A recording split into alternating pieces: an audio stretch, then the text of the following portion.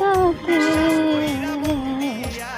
মোহন বিনিময় হয় না, ভালোবাসিলে সবার সাথে মোহন বিনিময় হয় না। ভালোবাসলাম সে তো আমার পাশে না। কিসের 14 ফেব্রুয়ারি, কিসের ভালোবাসা দিবস?